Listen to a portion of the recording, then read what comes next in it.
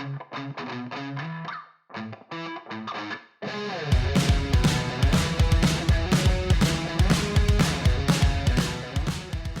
everyone! Welcome back to another episode of Nick and Manny's Infinite Podcast. I'm back, but I'm also alone again.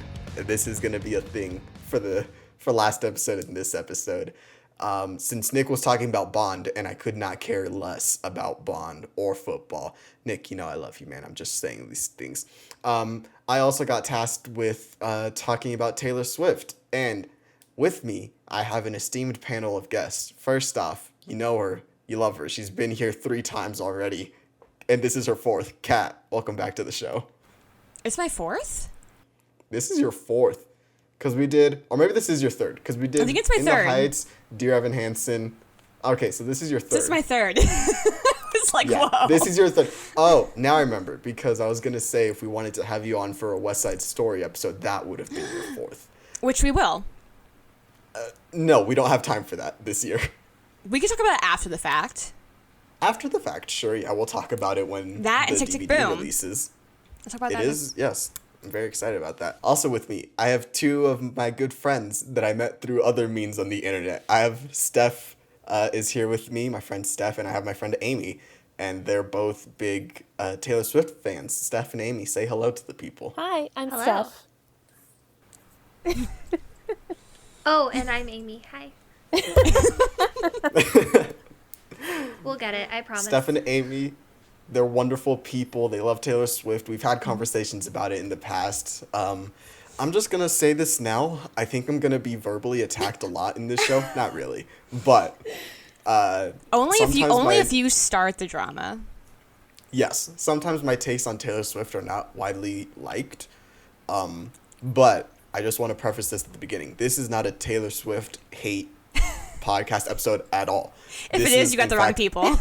Yes, this is a celebration of Taylor Swift. We love Taylor Swift in this household. We love what she's doing with her masters. We love what she's done for other musicians with signing record label deals, saying, you know, you have to do this for other people. We love what she's done for community outreach. We like Taylor Swift here, okay?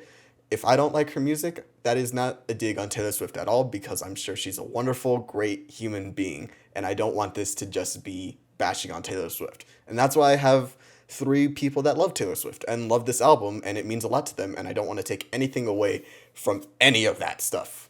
I just want to get that out at the very beginning. Thank you for prefacing with that. That's very appreciated. Good answer. Good. No, 100%. Good start. Because Taylor Swift, you know, she's a female artist who receives hate online for talking about her experiences, and we don't want to be, you know, perpetuating those ideas or stereotypes or anything like that. No, we like Taylor Swift for what she does because it means so much to a lot of people, and it means a lot to you 3. And so I want to get that out at the very beginning, that, you know, my opinions on her music are not my opinions on her as a person most of the time.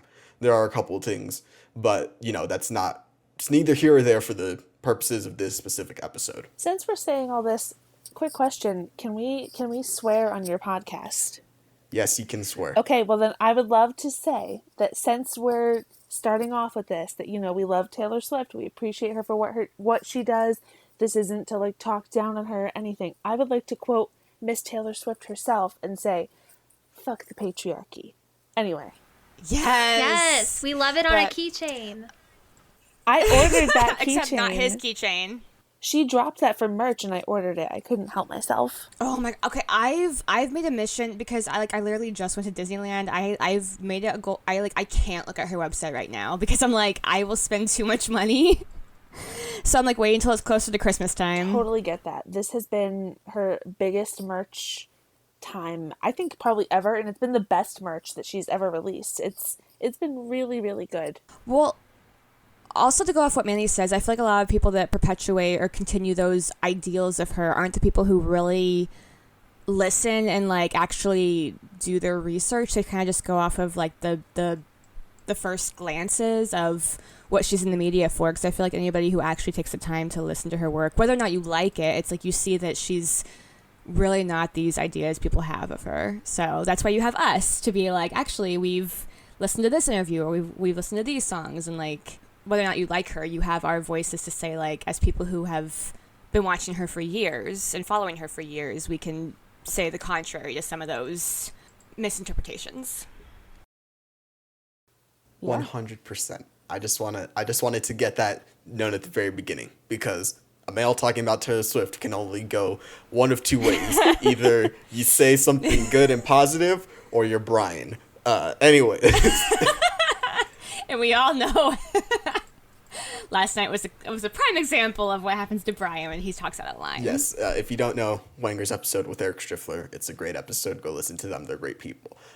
Before we begin, so we know a little bit about Kat, but Steph and Aimee, is there anything that you'd like people to know about you guys before we continue on with the Taylor Swift discussion? Well, Manny, like he said, we met through internet means, through mutual friends and mutual interests during the pandemic, as many people did, you know.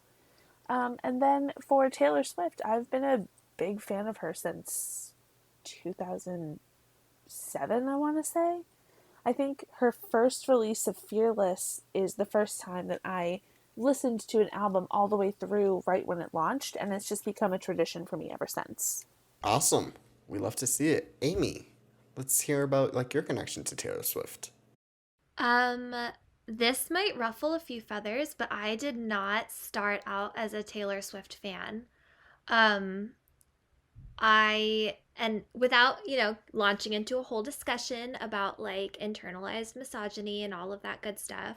When I was like a teenager, I didn't always gravitate toward what was like super popular, what was super girly. I kind of like stifled a lot of that down, and like Taylor Swift was one of those things. I was kind of like a closet fan for a long time and trying to act like I was too cool for Taylor Swift. And by the time I hit like the end of high school, I had given up. Like I was not too cool for Taylor Swift, and I could sing so many of her songs even though I didn't own any of her albums until Red, which is why this is so exciting, because this was actually the first like album or CD of hers that I ever owned myself. So yeah, it's a really exciting one. My connection to Taylor Swift is that I was a boy that grew up in an age where hating Taylor Swift was the cool thing to do. I feel like that says a lot. Yeah, I think it should be mentioned just for a little context as to how my opinion of Red is gonna, and my experience with it, and with Taylor Swift greatly differs from Manny's, is that when Red first released, and I'm going to be dating myself here, but when it first released back in 2012, I was just a year younger than Manny is right now. So, there's definitely a little bit of a... I'm older than both of you, so... I don't want to say it's like a... So you're not... You don't have to worry about dating yourself. I'm older than both of you. Cool. Well, it dates myself to people who are young like Manny, I guess. Yeah, there's been a couple times where that's happened, where it's like, oh, Manny, you're so young. But, yeah. Yeah, we were freshmen in college when this came out. Yeah. Wow. This was 2012, so I was in 6th grade. And I remember specifically that we had to do an assignment for The Outsiders, where we had to pick a song and give it to a specific character. And I don't remember exactly why, but someone did Trouble, I Knew You Were Trouble, the classic song. They attributed that to someone. And I was like, man, this is a really bad song. That was just being a boy at the time and hating Taylor Swift and, being that kind of person. You could grow up, and for men, it's really the ideals that society puts on you of like, oh, you gotta hate all these things. Like, you can't cry, you can't enjoy Disney Channel or whatever. Since then, we've grown. It's been almost a decade since the album has come out. Opinions change and stuff. My opinion of the song has not changed, sadly. It's still not my favorite thing in the world. But there are good things that I can say about the album as a whole, and Taylor Swift as a whole. And there have been songs that have come out in the past where I'm like, this is a good Taylor Swift song. So... Your classmate should have done The Outside by Taylor Swift. That's a good song. It's off her first album. Justice for Debut. Which one? Her first album is just Taylor Swift. It's just called Okay. Taylor Swift. And she hasn't done that one re-recorded, correct? No. No. All right, cool. So we listened to Fearless the first time, me, Steph, and Aimee. Yes. And that was, Okay. second, third album? That was her second album, but it was her Okay. first re-recording. Gotcha. Amy, do you mind explaining why Taylor Swift is re-recording all of her albums right now? Well, the first, what is it, six? The first six? First six. First six. First six.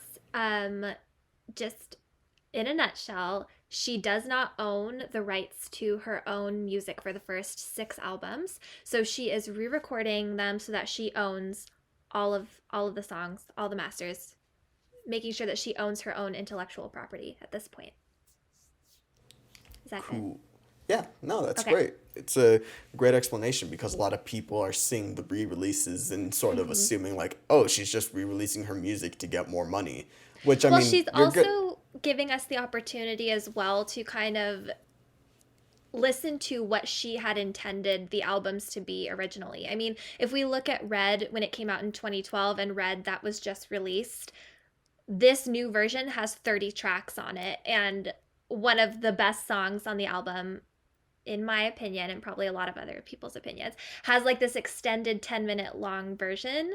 And so we get to hear it the way that she wanted it to be, with the lyrics that she wanted, produced the way she wanted, and it gets to be the experience that she would have intended for us originally, which is different. It makes the album feel different. And the fun thing about that 10-minute track is that the fans really bullied her into releasing that. Encouraged. Encouraged is a good word. I know, just Persuaded. You know, the fans on Reddit always joke and say that we bullied her into it. So, you know. Well, I feel like it was a rumor at first. They're like, oh, I hear there's this 10-minute version, and everybody like me who loves that song was like, what? And like, oh, we gotta hear this. And so it's like, even though this horrible thing has happened of her not having the rights, the one, like, I don't even want to say silver lining because it's terrible that she didn't have them in the first place, but it has given us this gift of giving her this reason to release the song in its like rightful glory. Absolutely, because when she first wrote it, I mean, she had all these extra verses, all this extra stuff to it, and, you know, you can't really, I mean, not in 2012 and not when she was a big artist at the time, but she was nowhere near as big as she is now, but you can't just release a 10-minute song. That doesn't do anything for you and for your career. So it's nice that she's in a place now where she can release it. And, you know, you see all the people on Twitter saying it's the only 10-minute song that doesn't feel like it's 10 minutes long. Right. I also feel like she had a bit, like, even now she does have a reputation for being like, I promise that was not intentional. No, it was but good. even back then, it's like there was they definitely, and she talked about like in her documentary. If you haven't watched the documentary, go watch it, Miss Americana. But they were always really pushing her as the quote unquote good girl, and there's this idea that if you're the good girl, like, you don't swear, you don't do this, you don't do this. So like in this song, when even though she just has like, I think just one curse, like some of the stuff that she's shown recently, it's like if she did that back in the day, even if it's just a little bit cursed, and they'd be like, oh, but she's like I feel like the people who were worried about her image might have like spoken up saying like, well, don't release this right now because you're like the girl next door image, you know what I mean? And I think we saw that in the documentary too, when she was talking about like her political affiliation and how they didn't want her to say anything. Oh my God. That was a big point of contention in the documentary, and I know that was like a big deal for her. Yeah, absolutely. I have not. Did you not watch the documentary, Manny? I did not see the documentary that you guys are talking about, so I'm a little lost. What is the documentary, and where can people find it? It's called Miss Americana, and you can find it on Netflix. I cried. Me too. Oh my, it's hard. Oh my God, it's especially like for anybody who really feels for her. Like I can't speak on behalf of people who like don't have that emotional connection to her, because it's like with me, anytime I see her in an emotional situation, I cry just because I love her so much and just because I feel for her. But for one, it was just a documentary of like certain years of her life, so it's not all about this idea. But she was going on about like how hard people were pushing for her to have a very specific image of like, even to the point of them saying like, oh, well, like the band the Dixie Chicks, like they've been in trouble in the media recently, so don't promote them. And even though she loved them, just anything that could potentially like put her in like in murky water of like problematic or anything, they just really wanted to push her being this good girl. and to the point where it was like honestly kind of toxic. And it's just like part of that was just who she chose to be. Like a certain amount of it was just like how she is as a human, because she's a nice person, but there's also this, I feel like, and just in the grand scheme of things, there's this toxicity to the idea of a good girl. It's like it's become more like obedient and nice and quiet, and they push that with her of like having her not say certain things in interviews or not speak about political beliefs or any of that, and just kind of follow the straight and narrow, and any beliefs she had to the contrary were kind of like kept under the rug. Yeah, I actually just rewatched Miss Americana when I was doing my mental preparation for the Red re-recording. But I just rewatched it, and she, it talks about so many different aspects of her life over the course of, she talks a little bit about growing up. She talks about her time in the spotlight, like how she got to be where she is. And when she talks about being a good girl, she talks about how so much of her image of herself and her self-worth was based on the idea that she always just thought that she was supposed to be a good girl. So all these things would happen that would make her feel like, well, maybe I'm failing at that. Maybe I'm not a good girl. And that was really hard. And, she goes into the whole Kanye West thing, starting with the VMAs, and how that really impacted her. And something that she talked about in Miss Americana that stuck with me from the first time I watched it is that she said that when Kanye West came on stage and interrupted her, and everybody was booing for him, she was 19 at the time. She thought that they were booing her, and that was like such an incredibly formative experience for her. So, Manny, I really recommend you watch it. You probably won't, but it's honestly, it goes into her career. She at least have it on in the background while you're working or something. Yeah, she talks about like her eating disorder. She talks about she talks about her career and how she disappeared from the public eye. She talks about how she fell in love. She talks about her political beliefs. It's really, really interesting. Steph, if you would have told me about this earlier, I would have watched it for tonight. Listen, so it's Steph's fault. I've listened. No, it's not Steph's fault. I'm just saying that I would have done it for you guys. Like, I'm not here. You could have asked. Well, I didn't know. Chat. We would have assigned you required reading for this. Yeah. Oh, I'm sure you would have. So give me homework. I'm sure you would have. We only talked Red, but there's so much more to... Oh, 100%. Taylor Swift is a very interesting figure. She's had a lot of experiences in the music industry that you could talk about, whether it's the Scooter Braun incident or Kanye again. There's a lot that I'm sure that she has to say, and so I would have watched it. We can always do a part 2. There's a lot that I would have done it for you guys. For a part 2. I would come back for a part 2. Oh, we have a lot to say, so we sure do. Next re-recording, next release. Well, because yes. Steph, for the last year, I have been going through Taylor Swift with you. We started going through Folklore, one song at a time, and we never finished it. Yeah, I can't remember where we stopped. I feel like we stopped somewhere like I think 2 songs after halfway through. I forgot what it was, but it's the one with Bon Iver. We stopped, Exile. I think, like 2 or 3 songs after that one. Yeah, that's a good song. My first duet with Bobby. Aww. Boom, Bobby of Bobkat. You know what I won't get to plug that I'm going to do right now? I'm sorry, guys. Do it. You can go listen to Taylor Swift, Red Taylor's version on Spotify Premium if you have Xbox Game Pass, because they give you, I think, 3 months of Spotify Premium for free with your Xbox Game Pass subscription. So not only are you getting hundreds of great AAA games, but you're also getting access to Spotify Premium to listen to Taylor Swift's version of Red without interruption and without shuffling. And you also get, I believe, 1 or 2 months of Disney Plus where you can go watch Folklore. It's her going through all of the songs with her partners and her producers, and she talks a little bit about them, the inspiration and stuff. So if you want to go listen to Folklore, see her perform them live with some other people, you should go subscribe to Xbox Game Pass, because you get access to those things. $15 a month, I believe. You get your first month for $1.99. So go do that right now. You sound like you're sponsored. Are you sponsored? Steph, I really wish. Hold on, I also have to say the other thing. Daddy Phil, come on, sponsor us. Sponsor the show. I will plug you every episode. Manny, Exile is track 4. It's track 4. Yeah, that's about right. Yeah. We only watched made about it to 4 track songs. 4? No, I think we stopped around My Tears Ricochet or Mirror Ball. That's the best. Oh. You didn't even get to My Mirror Tears- Ball? Ugh. I don't remember Come if we on. did or My not. Tears Ricochet. Listen, You didn't get to Betty. not getting to August August. is my favorite. Not getting to August was we should have had to listen to Mad Woman in preparation for this. Oh.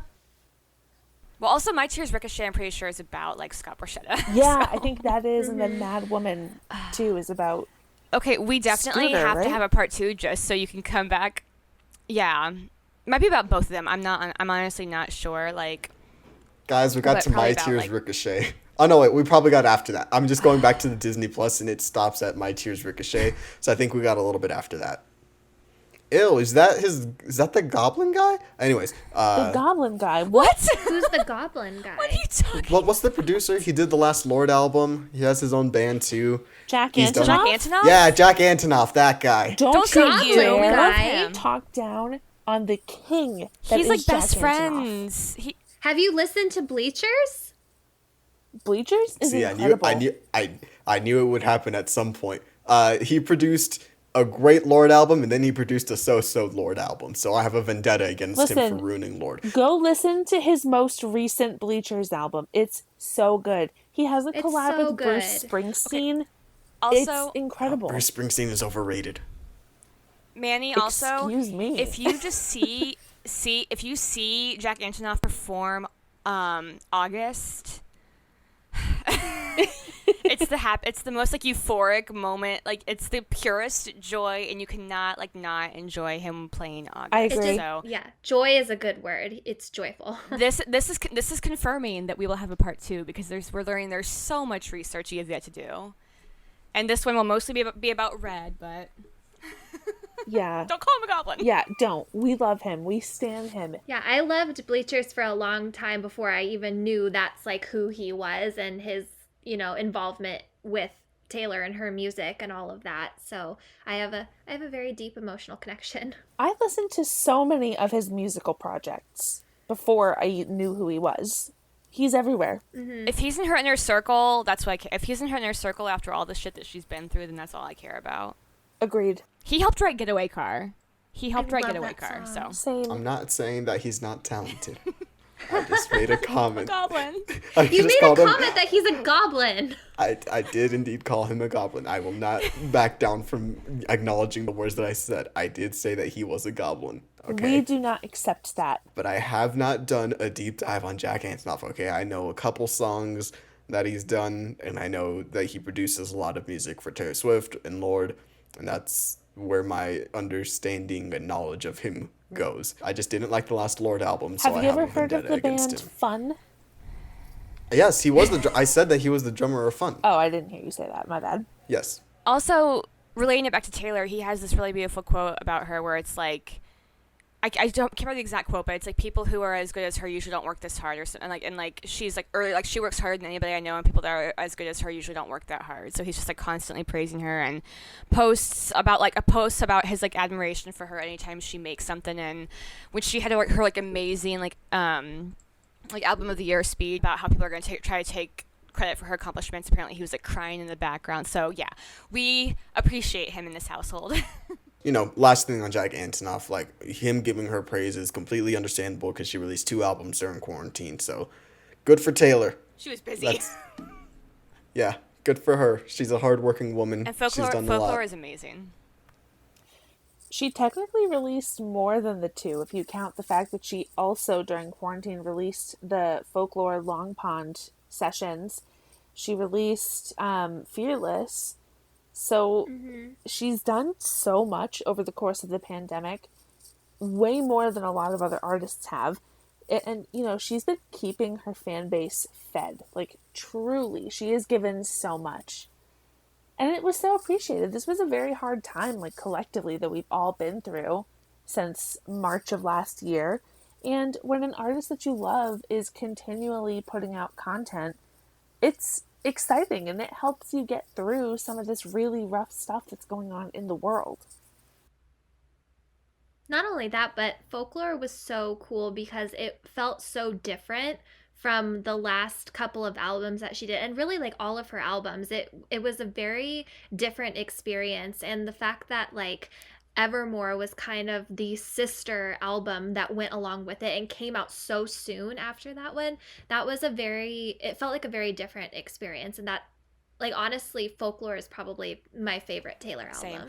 I think what I appreciate about Folklore is like I will appreciate and respect any album she puts out, but I think what I appreciate about Folklore and kind of felt like good on her is that it felt, at least to me personally, I can't speak for anybody else, but it felt to me also like it was a bit less about what songs might do well on the, like, might get more radio play, and so, or like what songs might be more likely to be number one hits, and just like whatever songs she wanted to put out. Because sometimes some of her ones that are a bit more popular, like I can still get behind and see why they're so popular, and like if they come on I'll sing along to them, but they're just not my favorites.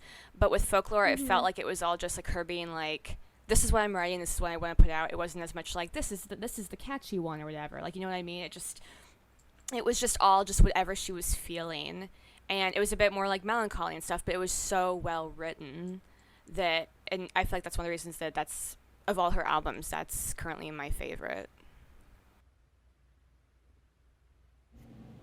You love to see it. We love artists not being held back by I need to do this, or adding more songs than they need to because saying I need to have this deadline.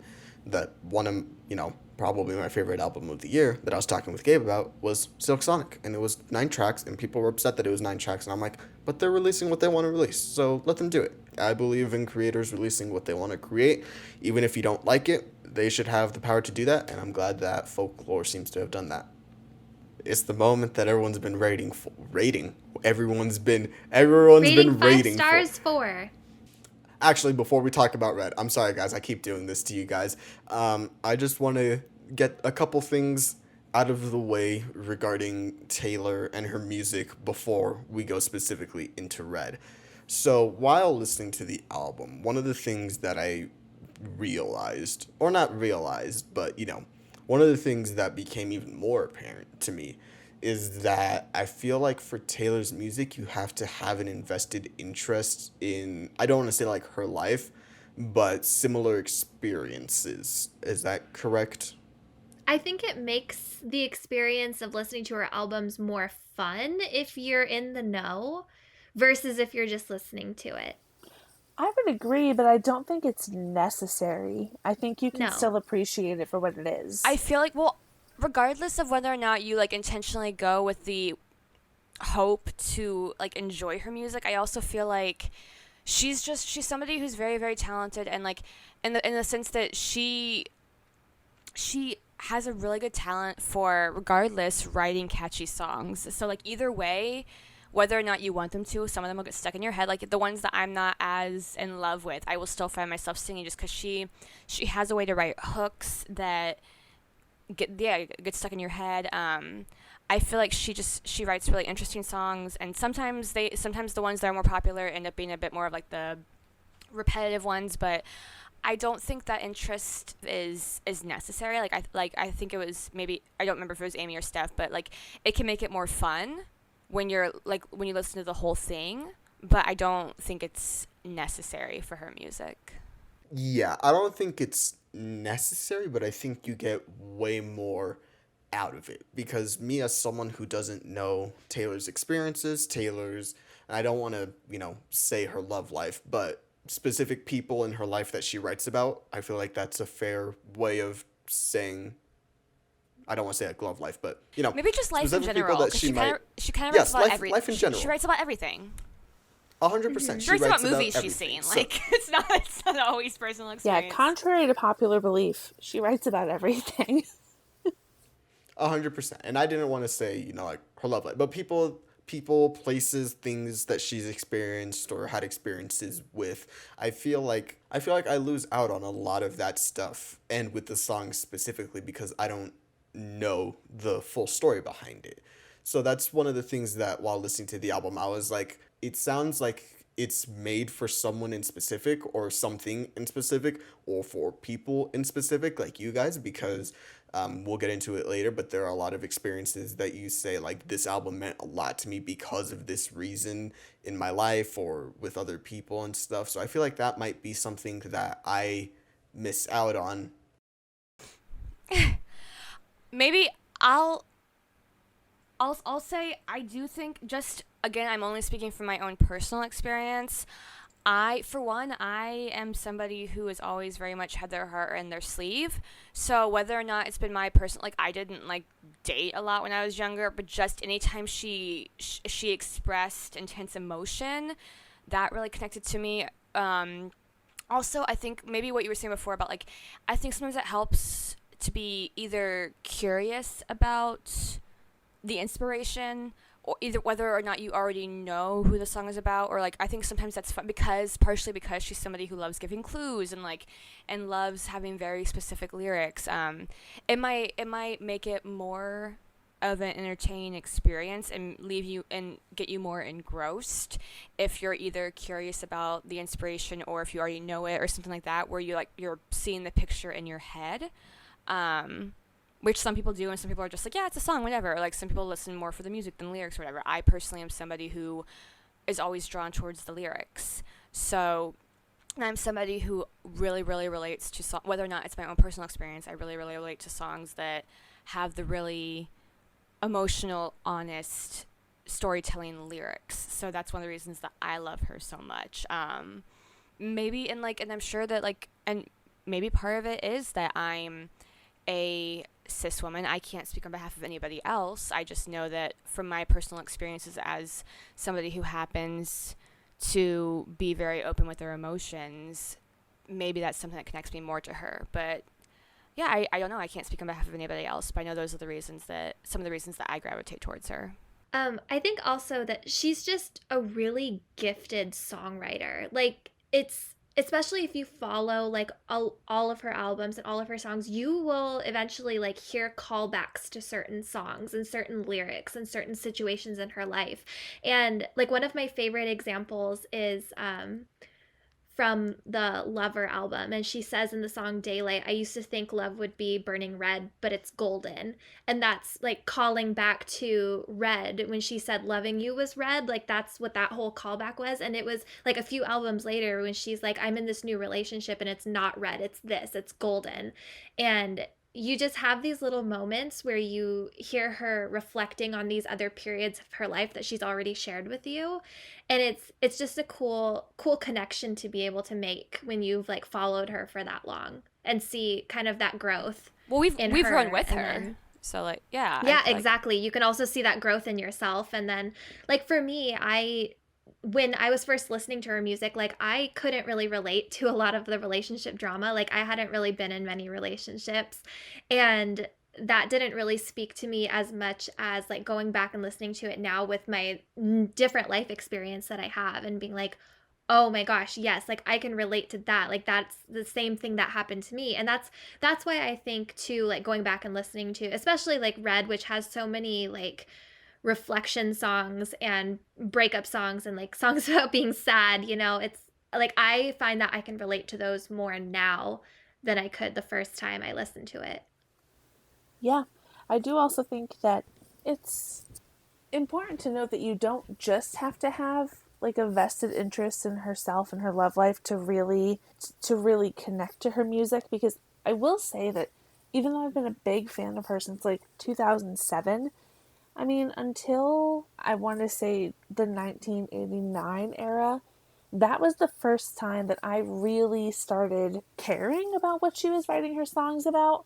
I mean, it was always kind of fun to like sometimes go online and see like, oh, what's this about? But it wasn't such a driving factor in it that I was listening to the songs wanting to know, who did she write this about? Why? What happened between them? For me, it was more so like back in the day, just connecting with the music.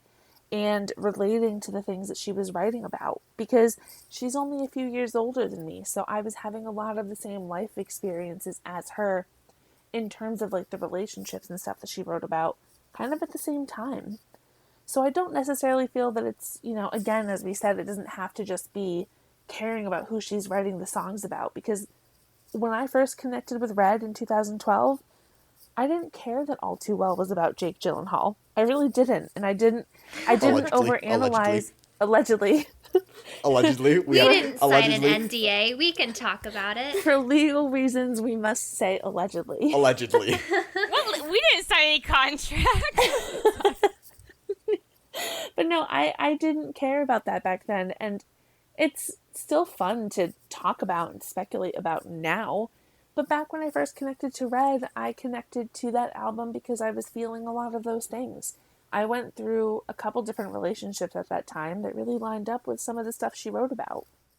I will say, too, from my own personal experience, and to kind of go off of what Steph is saying, like, she's so good at writing lyrics that can be very, very personal, but also universal feelings. Because there's so many things she said where it's kind of those things where like it's like you're looking for the right way to describe something, and then like somebody says it and like hits you like a ton of bricks. There's so many things that she said of like I didn't have like really romantic relationships when I was younger, but I had like other heartbreak and other like feelings of like sadness and stuff. Or when she was writing about like just being alone at high school, like whatever her songs were about, I had other situations or friendships or family, whatever it was, where she would say certain things, like in All Too Well, she says certain things, and even though I hadn't had like a partner that made me feel that way, she would say certain things, and I would just be like, oh my God, yes, this is what I've been feeling. To where it's so much more than about like whether or not you have a boyfriend or girlfriend. It's just like, hey, these are shared human experiences, and she writes them in a very beautiful, poetic way, and also in a very often catchy way, or just whatever it is that makes you want to come back to it. But it just so often, regardless of how you relate to it, it feels like so many shared experiences. Yeah, I feel like that's like what I was trying to get at with shared experiences. After we went on for like 10 minutes. No, guys, like I said, this is your guys' episode. Take it away from me as much as possible. I will, at least. We also want to know what you have to say Yeah. and what your thoughts Right. are. So that's important too. You were giving us updates as you listened to the album. We're cautiously interested in your opinions. Sure, yeah, 100%, and we'll get to it. I feel like your voice one more almost thing. cracks. Sure. One more thing that has nothing to do with, I guess, like this specific album. You need a plug. But just in Game general, Pass. About the release of the re-releases. Steph, I know that we talked a little bit about this, which was album length and how many tracks is too many tracks. You really And want to get back into this? Yes, because I was there for that discussion too. Yes, Amy was there as well. I want to say I am glad that she is releasing every song that she is releasing. That is not my issue with the re-releases or the track length or anything like that. I just personally feel, as a newcomer who is not familiar to Taylor Swift, listening to 30 tracks is a lot. It's 2 hours, 10 minutes is the length of this. So take a break. And even take the a break. original. And I took many breaks. I also would like to say that you are one of very, very few people left at this point that are newcomers to Taylor Swift. I also feel like I'm one of very, very few people that will also listen to albums front to back. Like, a lot of people will just put on playlists and just be like, all right, cool, I'm going to put all these songs that are good for working out or anything like that. But like, with people that I've talked to, I don't know many people that'll just sit down and listen to an album front to back. And I do that. I've done that multiple I times do this that. year. I do that. But I feel like, I mean, I get what you're saying from an outsider's perspective, but I also feel like this makes the most sense for her to get back control of her music, to put it in these groupings that they're already in, of like, I recorded this around the Red era, or like, she needs to re-record them at some point anyways to have the rights to them, so why not have it be why not just throw them all on this one album, on the one album where it was like within those like couple of years where that song was written. And then it also generates more interest. 100%. Steph made that point, and it does add to the album. It's saying like, hey, these are songs that I made at this time in my life. At the same time, I do also think that, I don't know if like anyone else has this opinion, but I feel like I would just like an entire album of unreleased songs. And I know that the songs are put into the album because they were made at the time the album was being made. They were songs that were made for the album, essentially, that didn't make it for one reason or another. I'm not going to go to the whole extent of saying like they weren't good enough to make it into the album. For one reason or another, they didn't make it into the album. So I understand why they're on this album, why they were on Fearless as well, because there were also a lot of bonus tracks on there. And I like the bonus tracks. There were tracks in there that I liked better than some of the ones that were on the final cut. I just also do wonder, to all of your guys' points of saying like it provides intrigue, it gives more insight into that time of her life. I do also wonder from like a business standpoint of saying like, all right, here's the album, and then here's, I don't know, an EP, or maybe there is enough for another album that's shorter, of saying Okay, like, but that's the point, right? I mean, the fact that she had to whittle it down based on the opinions of someone else from a business standpoint, and now that she's doing it by herself and not releasing it for the money, not having to worry about like her pop star image, like she gets to do it however she wants, and she gets to release all of it at once. Like that's the whole thing, is she's not going to be held back by like that business model or that typical like 13, 14, 15 track album. Like she gets to do whatever she wants. Yes, right? And she's Like, not yes, going to be Amy. held back by, she's not held back by a label telling her, well, that's one too many breakup songs for this album, or that's one too many sad songs for this album. And aside from all of that, I do understand, Manny, what you're saying about how, maybe she should just put these on a whole other album, but this is a way to really generate interest in this release, because do you know how many people are out there that wouldn't care that she's re-releasing an album that she's already released? Me. And if there weren't the extra songs on it,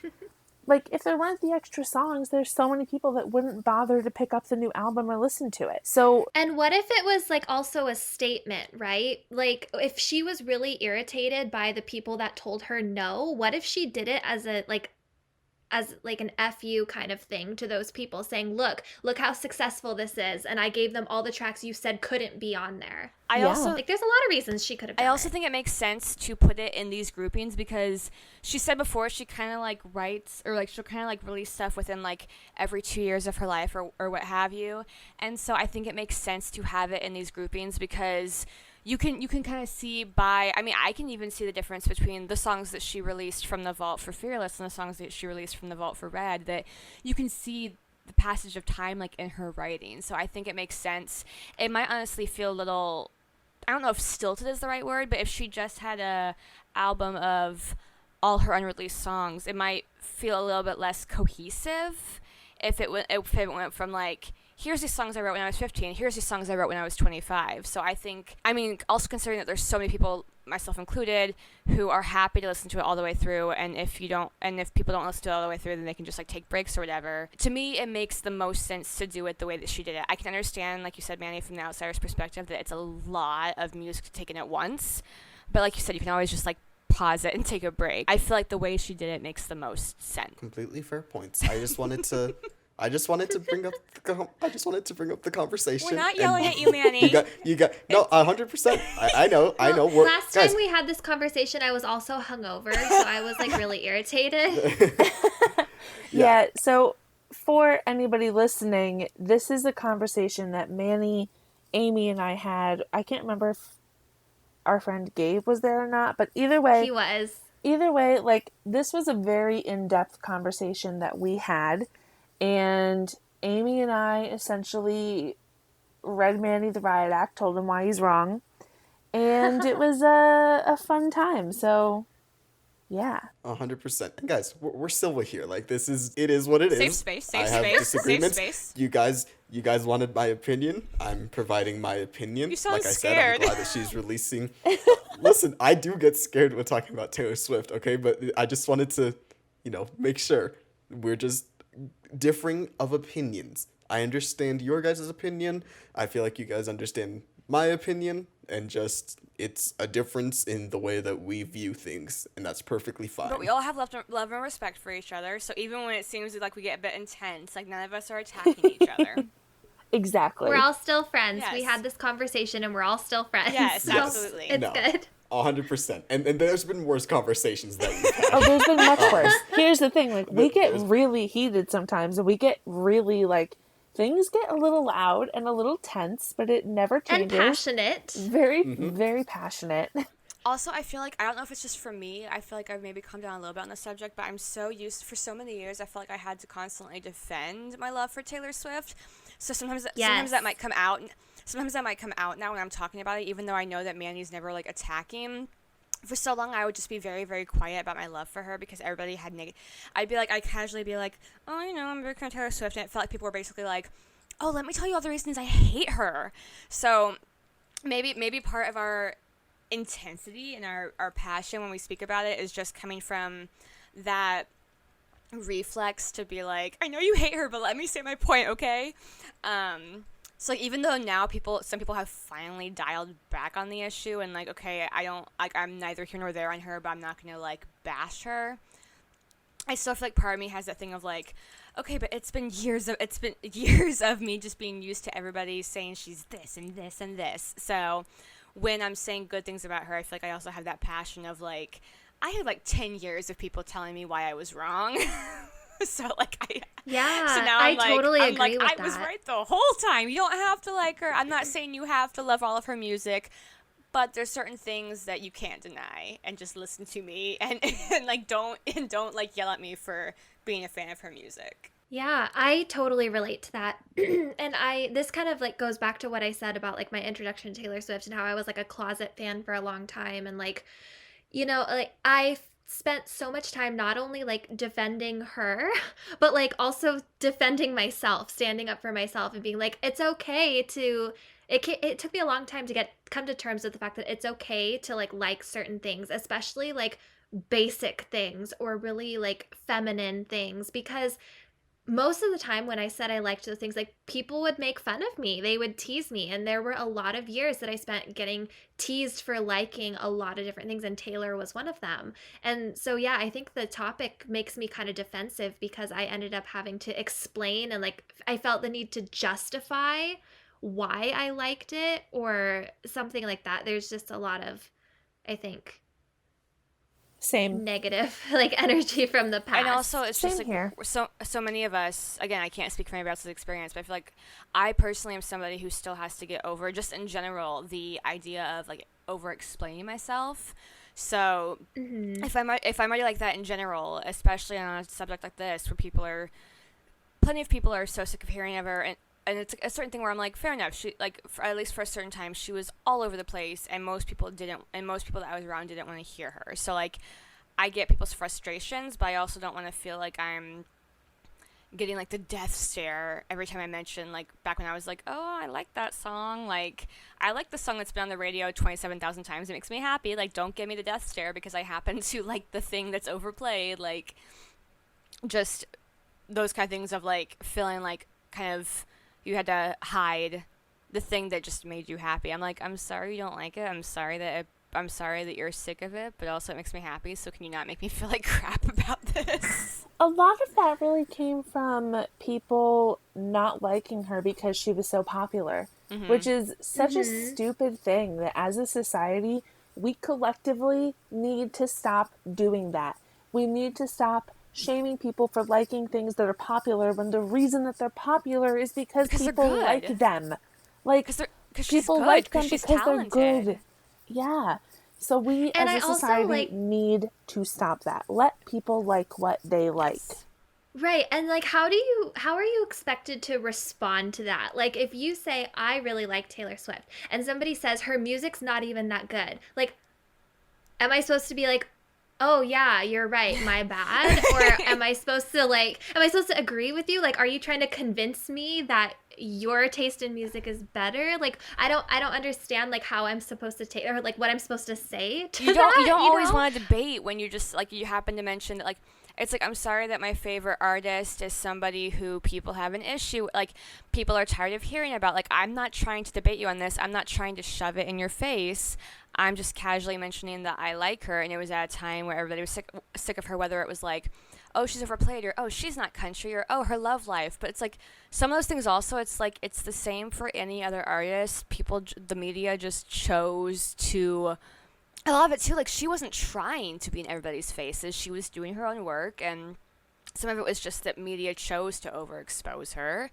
And it's like, sorry that I like her music because I connect to it, and the radio and the media chooses to make it, in your case, in your opinion, obnoxious. But like, I also think she's good, and there's a reason she's selling sold out tours, and like, I don't think she's doing anything annoying. So just like, I'm not going to make you listen to her, but also, can you not make me feel bad for the fact that I like her?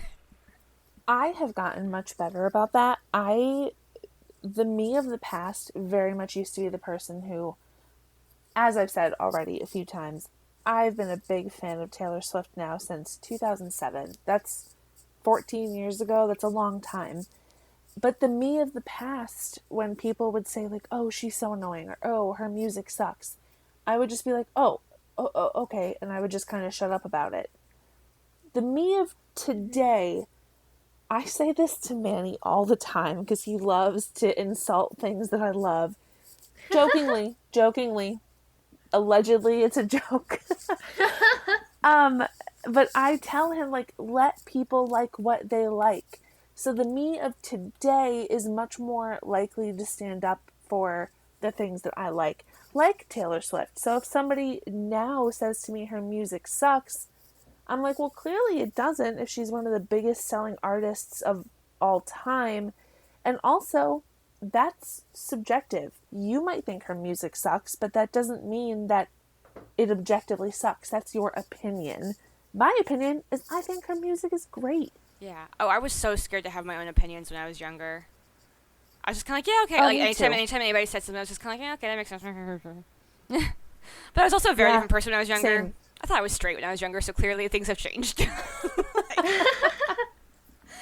Anyways, back to Taylor Swift. Yeah.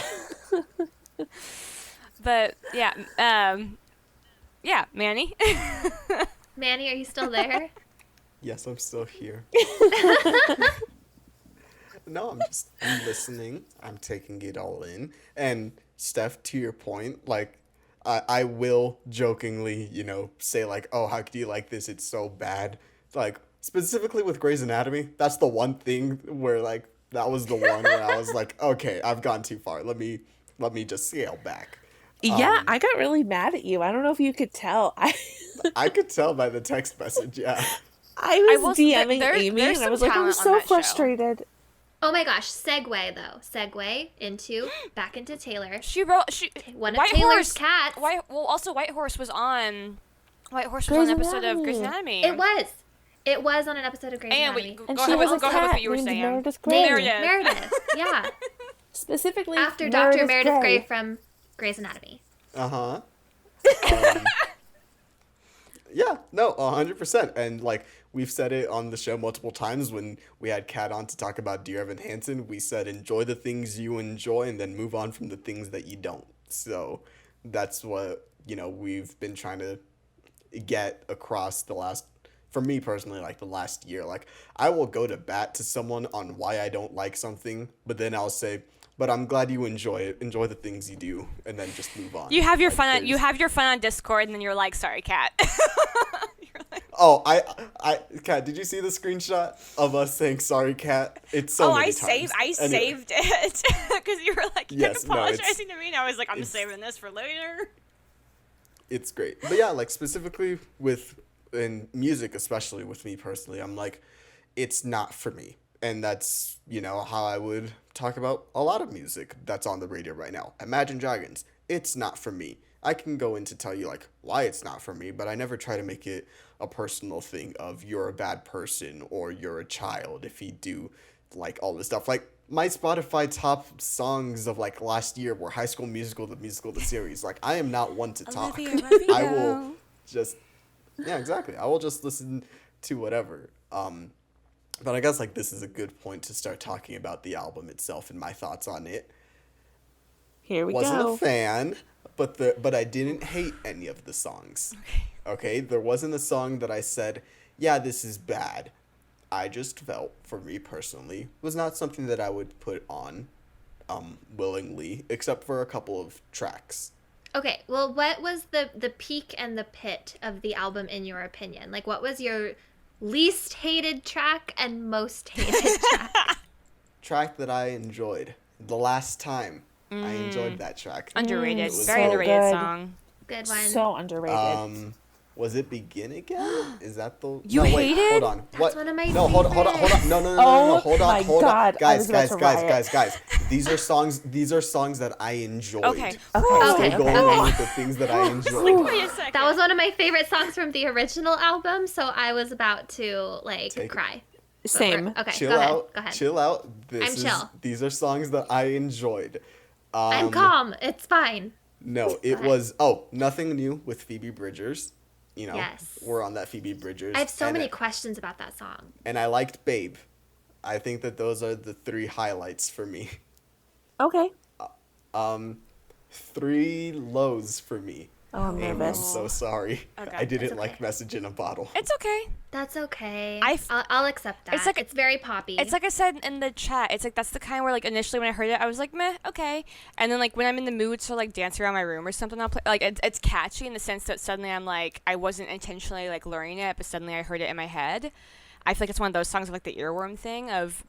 I wasn't like, yes, this song like speaks to me, but then like later when I wanted to like dance around a little bit, it was like most of the album's a little sad, so that one can be I feel fun. that way too. It's a fun It fun kind of song, goes- but yeah, in the same category as like Stay, Stay, Stay Yeah. and Starlight. Yeah. Like those kind of like bouncy, happy songs. I'm like I see on the album, appeal, like that. but I often skip them. Yeah, speaking about Stay, I didn't really like Stay Yeah. Stay either. I It's- thought it That's sounded okay. That's like... a pretty popular opinion. It's I think it's most people cute. don't. It's a gravitate very to that one. popular opinion. I said it in the chat, and I was like, this sounds like royalty-free music that they'll play like on a kid's channel. Like that's That's what you were referring to? that- Okay. Yes, I was referring to that one, not Okay. We're Never Getting Yeah. Back Together. Yeah. That's an actual song that, you know, I'm also not the biggest fan of that. It's not the worst thing in the world. It's kind of it's catchy and stuff. I don't like the difference in the wee he's in the song. I know that apparently these are the original ones than the ones that are on the first version of the album and stuff.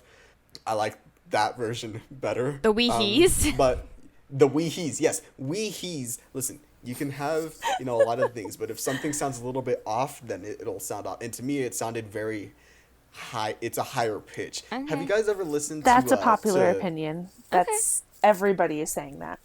Yes. Have you ever listened to Willow Smith's song, Meet Me at Our Spot? No. Yeah. No. Anyways, okay, so it's... The it was- live version is yes, the way live preferred by version everybody. Is 100% better than the studio version because of just her pitch is better. It sounds more open. It sounds way better than the studio version, and I feel Her like voice sounds fuller. it does sound fuller on the live version than on here, and it's like kind of vibe, woohoo! Like it's very like kid. I don't want to say like kiddie, but it sounds way more fake Okay. than like other things. And not to say like this version of Never Getting Back Together sounded like that, but that was like the closest parallel I could be. It's like this version is a little bit more, I guess, refined, which is interesting because this is supposed to be Taylor's version is supposed to be the more refined versions of the songs, the way that she wanted to do it. But it's just a difference in I liked the original one better than the new one. I think those would be my 2 lows of the album. The rest of it was fine background noise, but there wasn't a whole lot that grabbed me from it.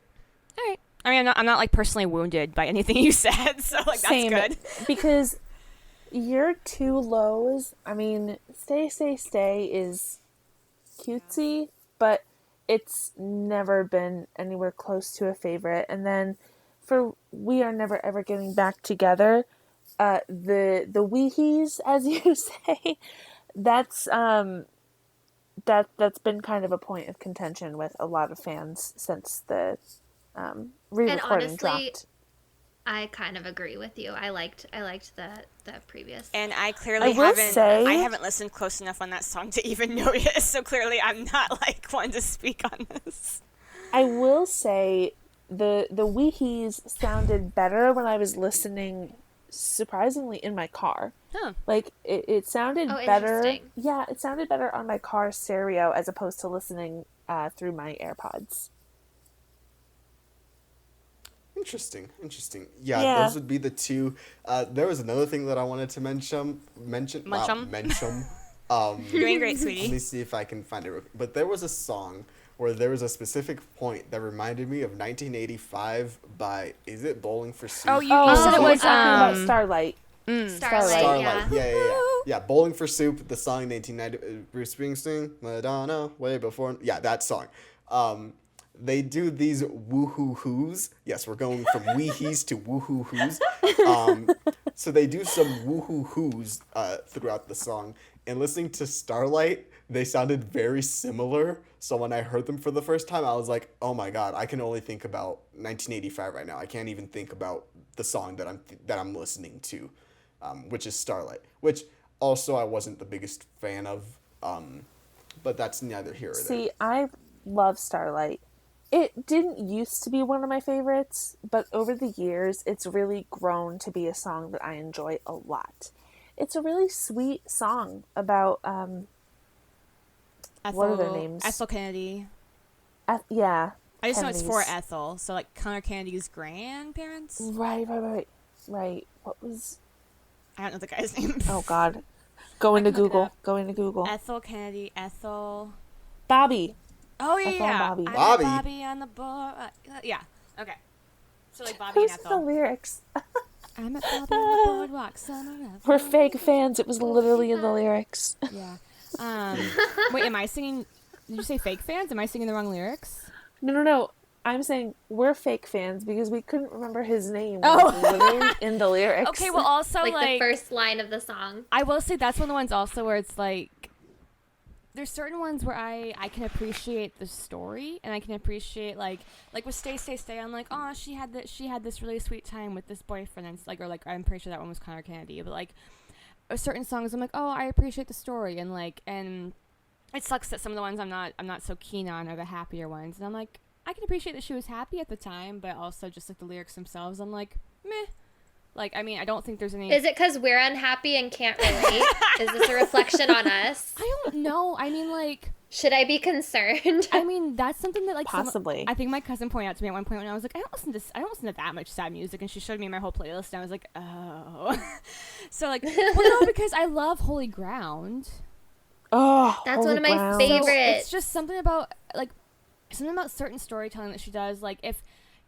There can be really beautiful... Like, I don't think there's anything wrong with, like, simplistic lyrics. They can be really, really beautiful sometimes, but oftentimes something about if the lyrics are a bit more just, like, kind of straightforward or a bit more repetitive, even if it's a really beautiful song, I'm kind of like, okay. And those songs just in this particular instance didn't seem to catch me as much. I don't think any of them are bad by any means. Like, even the ones that I'm not, like, as...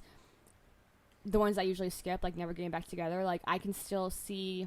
the appeal of them, and of course I still know all the words, and I'll still like dance to them if it comes on, but I don't think there's any like bad ones by any means. They're just the ones that I'm usually like, meh, I can deal without this. Yeah, and that's one of the things that like I want to get across is that I don't think the album was bad per se. Like there wasn't a song that I could say like, oh, that's terrible or anything like that, but they just weren't for me, and that's I think a positive.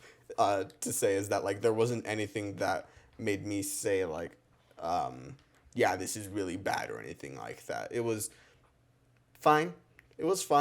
I'd give it, like a 2.5 or something like that. Oh. It was okay. Out of what? That's worse than Nick's Out of score. 5. I know. Speaking of Nick's score, Kat, he just finished watching Home Alone and he gave it 4 stars and he gave Mulan 3.5. Fuck him. Oh, he cannot. No, no, no. He rated Mulan 3.5 and he gave Home Alone 4. I mean, like Home Alone's cool. Yeah, it's a great movie, but like, no. Wait, God. the animated or the like Animated. live Animated action one. The remake? original, he gave it Oh. 3.5 stars. Out of 5. This is out of 5. Yeah, but he rated like Jackass 4, and I'm like, I can't talk to you right now. Oh, that's just bad taste.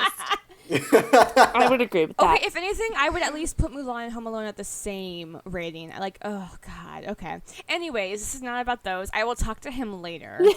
But Yeah. you rated anyways, this. You rated this worse than you rated this 2.5. Listen, movies and music are not the same, which is why I don't rate Maybe- things. I just wanted to get that Maybe rating it's reaction out time of to you. hear our. You wanted to hear me in pain. Kat, this is what I will say. The album is a 3-letter word. I think it's mid. But that's just my opinion. No, But- it's red. That was a good one, Amy. But again, Thank you. that's just my opinion. I don't hold my opinion that highly, and neither should any of you guys. Let's- We're just talking about, I don't. things. I know you don't, think- Steph. I think it's time for. I mean, I kind of already said a little bit about my opinions on this. I would like to hear Amy and Steph's like top, because we said this before, like our top favorites and our least favorites, and then I'll kind of like chime in with mine because I've made a couple of mine already pretty vocal, so I'd love to hear y'all's like favorites and least favorites. Steph, do you want to go first? I was going to ask you if you want to go first. Oh, I can go first. That's fine. Okay, Do you I have want to me go think first? about it. Yes, please. Okay. Where should I start? Should I start with my favorites or my least favorites? Start with your favorites. We like talking about the positive stuff here on the show. Okay. My favorites are, well, number 1 is the extended version of All Too Well. And the correct version. there are so many reasons that I love it so much, and I think part of why I love it is like seeing the evolution of the song and how I reacted and relate to the song. Like the original one, I loved it. I screamed it in my car all the time. Like, it's a great kind of like heartbroken song that a lot of people can relate to. But then when you get to hear the extended version, this is no longer like kind of anybody's like heartbreak story. This is her heartbreak story. Like you get to see intimate details into a relationship that you didn't know about before. And the third final like kind of tier of this for me was watching the short film version. First of all, it didn't quite make me hate Dylan O'Brien, and that is only because I've had a crush on him since I was like 17 Manny's or 18. boy. Amy, he's my boy. I love Dylan O'Brien. Amy, I finally made it to voice Styles of My Teen Wolf. favorite. Oh, I love him so much. I cannot. But there was this one particular scene, and I talked with Steph about this already, and maybe with all of you, I can't remember. But the scene in the kitchen that was between him and her, as they're called in the end credits, that was a conversation that I had with an ex multiple times, yelling in the kitchen about how his friends like were fine, but like he treated me like crap when we were around them, and he would tell me that I was being crazy and that it was my fault because I wasn't like interacting. Like there was just all these things that he would put the blame back on me. And I like when I watched that the first time, I started crying because looking back on that was about like 5 or 6 years ago for me. So that was hard to watch because you're seeing kind of this evolution of her looking back on this relationship and sharing these details with us. And then I had this kind of parallel moment of looking back on my own relationship, seeing that experience that I also had, and realizing now like the manipulation that I had experienced, the gaslighting, like the crap that I went through. It's just it made it more relatable, but also like much more personal for her. I just went off on one song, so I'm sorry. Back to the assignment, which were like my favorite. Have you heard how much I've Agreed been with talking? all of that. You go off as much as you want to. There's no time limit. All Too Well is my favorite. All Too Well. Well, plus, okay. No, you go off All as Too long Well. as you want to. No apologies. Thank you so much. I appreciate this. We don't allow apologies here. All Too Well, the 10-minute version, is also so complex compared to the original version. when I knew that the like 10-minute version was going to come out, I had anticipated that it was going to be the same song and we were getting a couple of extra verses and they were going to be very similar to what was already in the song. And when I heard it for the first time, I was really like shocked and in awe of the whole thing because the mix was different. The way that she was like singing was different. Everything just felt like a different song. And that was really exciting because I had expected something much less grand to come out of this. Like I just thought I was going to get like more verses, the chorus again, more details, but this was so much more than I had anticipated. Okay, so that was All Too Well. Love that song. Love it more now. Moving on. My if we're doing like top 3, I guess like I'll pick one of the newer tracks from The Vault, and that's the one that she did with Phoebe Bridgers. Nothing New. It's so good. I've listened to it so many times and I just have so many questions about this song. Like when she wrote it, did she intend for it to be a duet? Like who did she have in mind to sing this with her? Was she going to do it by herself? Like I want to know what her thought process was behind it because it's such a great song and I love it, and I love it with Phoebe included. I think she adds such a great like just kind of other like tone to it, and I love her anyway, so I think that was really cool. And then Holy Ground is just one of my favorites. It's always been one of my favorites. So I just loved listening to that again because it's just such a good song and it holds up. Agreed. Steph. Oh, wait, Amy, what are your low moments Oh, from yes. the album? Sorry. Oh, Sorry. Okay. No, no apologizing, remember? Yes, no yes, apologizing. You're right. Okay, this is going to be probably like really, really controversial, maybe. Go for it. Or maybe it won't be. I don't know. But I have a really hard time listening to Ronan. Yeah, I get that. And it's not that it's not a beautiful song and it doesn't have great lyrics, but I just have a hard time listening to it because it makes me really, really sad.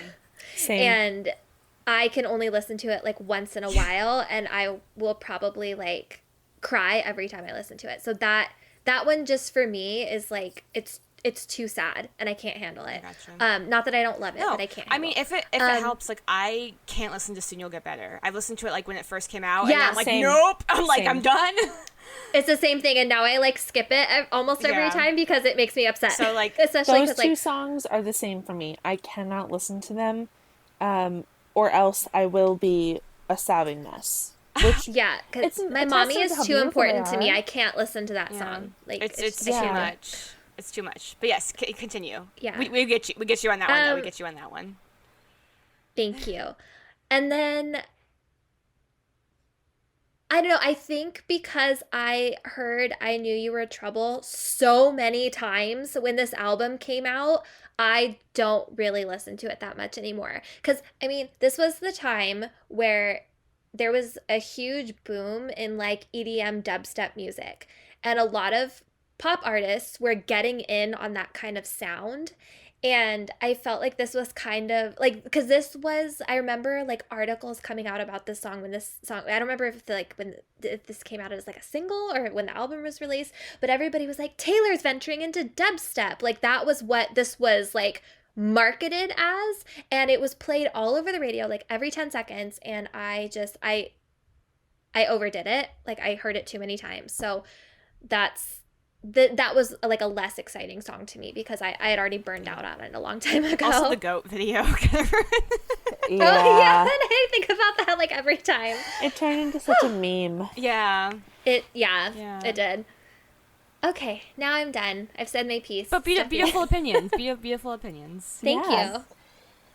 Okay, so All Too Well, the 10-minute version, obviously is such a high point for me for all of the exact same reasons as Amy. Like, pretty Thank much you. word for word what she said, so I don't have to repeat anything she said on that part. Just know, same thing. Completely agree. I went very in depth. You did, and you nailed it.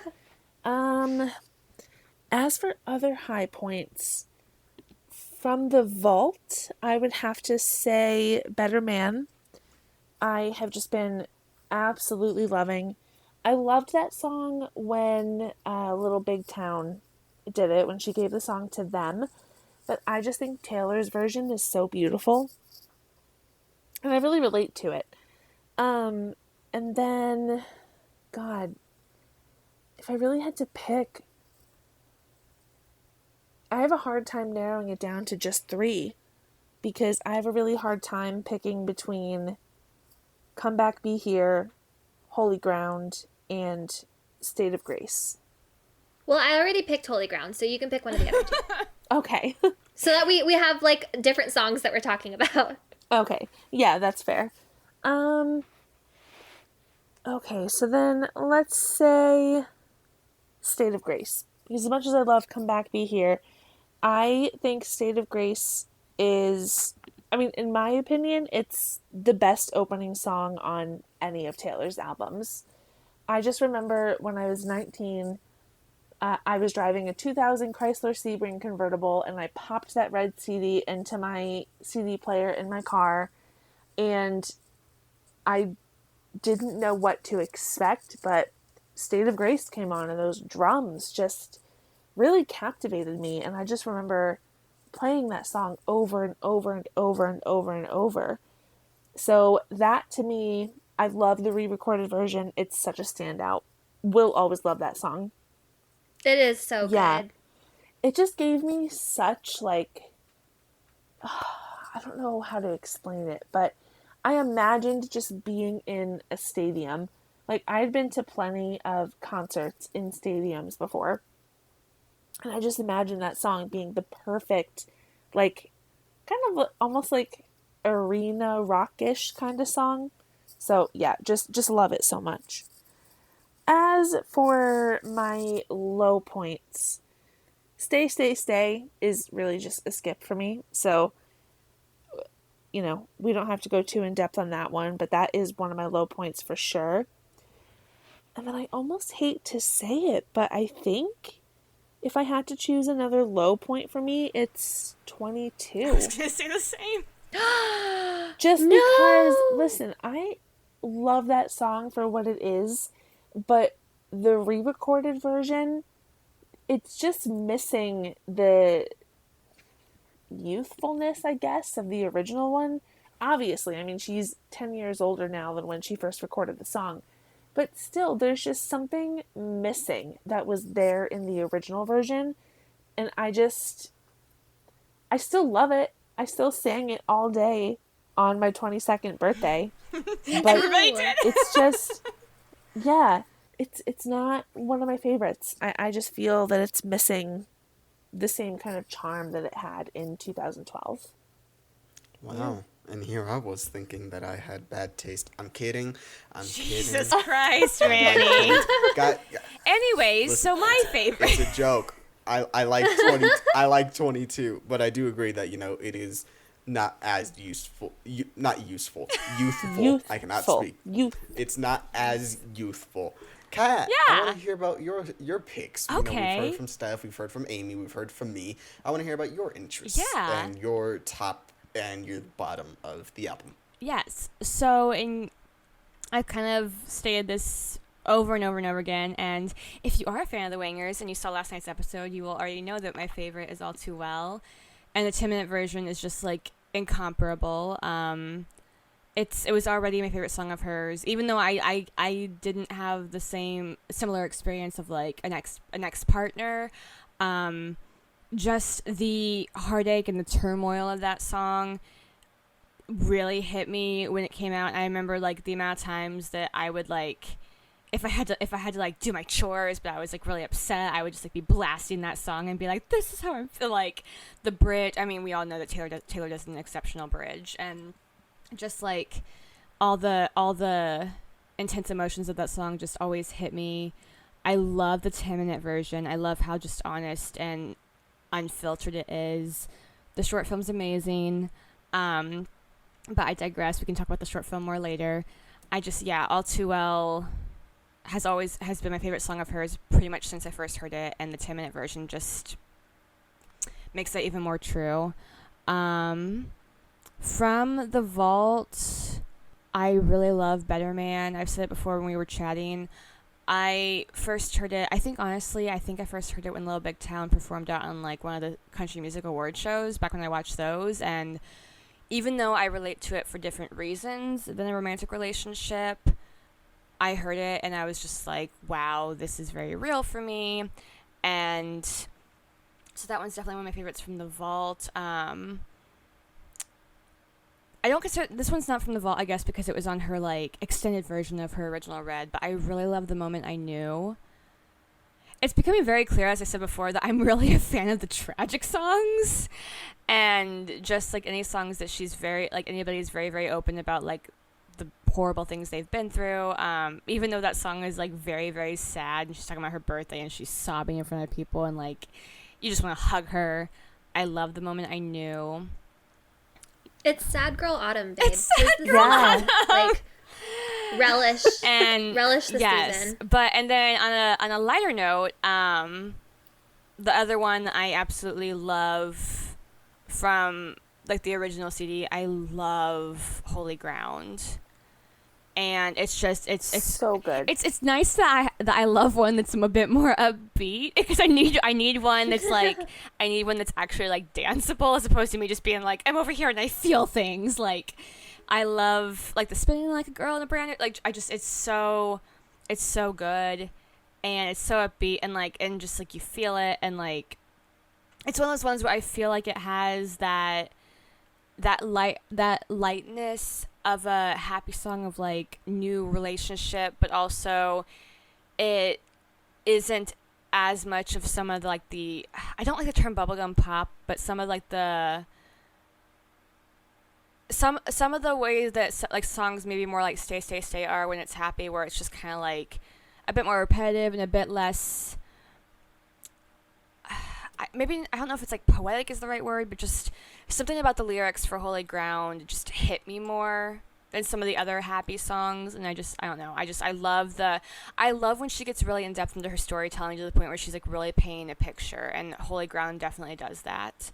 For the least favorite, kind of what we touched on before, we're never ever getting back together. I'm like, yeah, it's there. Like if it's on, I'll sing along. It's like a fun song. Like good for her that she like put that out. But I'm like meh. And Stay Stay Stay, and then like 22. I mean, again, there's like hardly any Taylor Swift song that like if it comes on, I'll be like, no, I'm not singing. Like I appreciate them all, at least to some degree. But those ones are the ones that I'm like, they come on my phone and I'm like, I can skip this. I'm like meh. So I guess those are my, if I had to choose like bottom of the barrel, but even then they're still very good. You've heard from all four of us about what our top and least favorite songs of the album were. One of the things that I want to get into is the theme or themes of the album. All too well, we do know, well, allegedly is about Jake allegedly, folks, is about Jake Gyllenhaal. And I don't want to be like this person to be like, like, oh, who are the other songs for? Because that's not the point. But a big theme of the album is toxic relationships, and relationships that you will get yourself into, or maybe not get yourself into, but relationships that you will be in, find yourself in. Yeah, that'll be toxic, or that you can tell things are going to be toxic.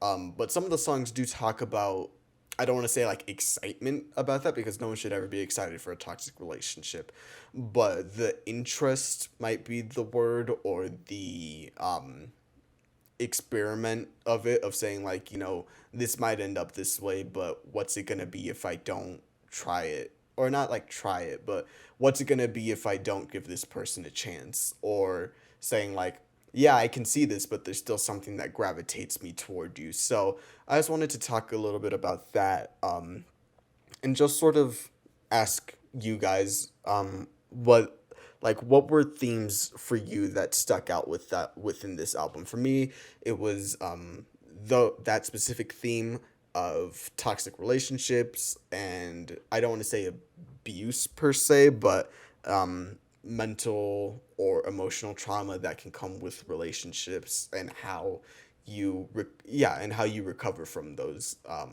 relationships and experiences in life. I mean, it's hard to think about what stuck out to me because aside from the vault tracks, I mean, I first listened to this album in 2012. I mean, obviously, there was a lot of heartbreak written about on this album, which, you know, is true for a lot of Taylor Swift albums, but really for this one in particular, it seems like one of the running themes throughout the whole thing was heartbreak, and it's part of why I connected to it so much in 2012 and still today. Yeah, completely understandable. It's a part of the album. It's on there for everyone to see and hear and relate to and learn from, and in some cases grow from it as well. Uh, I guess I don't want to like take the floor again, but another theme of it was growth and growing past a relationship, and how do you forget someone who was, you know, a part of your life for a certain amount of time. And I feel like that's something that a lot of people can relate to, whether it's, you know, a romantic relationship, whether it's a relationship with family members, with friends, coworkers, bosses, and all those other things. If something affects you, it's going to take time to grow from that, and you're going to have a lot of emotions, and things that you're going to want to work through. And you'll look back fondly at some things, and you'll look back negatively at other things. And I feel like the album does a good job of showing retrospective with relationships after a certain amount of time. I mean, that's even mentioned in All Too Well with the line where she says, I forget about you long enough to forget why I needed to. So, yeah, I mean, I agree with that. Yeah, and like going off of what Steph and Manny said, it's like I definitely think it's I feel like it's definitely the album that's like associated with heartbreak the most. I mean, obviously like there's a bit of it with Folklore because she's talking about like her music being taken from her, so it's like a different kind of like her life being turned upside down. But with this one, it's certainly a lot of it is romantic heartbreak, but it's like we said before, certain lines can be applicable to any kind of heartbreak, and just like kind of this kind of feels like the first one of just that kind of devastation that kind of turns your whole life around. And whether it's falling in love and realizing that the person's not who you thought you were, or like with Nothing New, where she talks about going from like the shiny new girl and everybody being like, oh my god, you're Taylor Swift, to feeling like suddenly a little bit later in her career people are like, she's not the new toy anymore, or whatever symbolic name you want to give her, and suddenly it's like she has to keep she's like in a different spotlight now because she's not like the new thing anymore. So whether it's like her professional life or her relationships or her friends or what have you, as I said before, there's certain lines that even though I hadn't really had any kind of relationship experience when this album came out, just the honesty that comes through on this album, and especially like in things like All Too Well, where it's just like, or like I might be okay but I'm not fine at all, just these lines about trying to cope and trying to get through whatever devastation you're facing, and either trying to like smile through it because you feel like you have to, or just learning how to live without somebody or things like that. It's kind of what this so much of this album encapsulates. And yeah, I don't exactly remember what the question was, but it's definitely like, I feel like that's a lot of what, I mean, even like when this album first came out, I remember one of the words that she used to describe it was like tumultuous, and like they're just talking about when you're going through that kind of love and heartbreak. Great points. I think that this album is also kind of a really good example of like youthful heartbreak, young heartbreak, because everything is felt so deeply. I think because it's like new. Like at this age that she was having like her first adult relationships. And, you know, even with her one relationship that was with a man who was significantly older than her. Like this was a lot of first times, and I feel like now, as I am approaching 30, yikes, I am too. It's okay. I I feel, about relationships and dating, like I'm a little bit jaded. I'm not like super heartbroken. I'm just like disappointed and kind of like annoyed, but I don't, and I kind of like miss this. Like I don't remember the last time I had like a crush on someone, or when was the last time that I like felt intense heartbreak over like a relationship ending. Like it's been so long, and I haven't felt like that intense feeling for anyone in such a long time. Like it's just kind of a callback to when you're first having like those serious relationships, and everything feels a lot more intense and dramatic because it's new. I completely agree with that. And I feel I'm not trying to be like condescending or like, oh, I'm so like wise and experienced, because I'm not. It's just, I think based on my current experience, like when I was that age and I had like my first serious relationship around that age, like everything felt really new and exciting. And then when it ended, it felt really devastating. And I compare that to dating now, and it's not.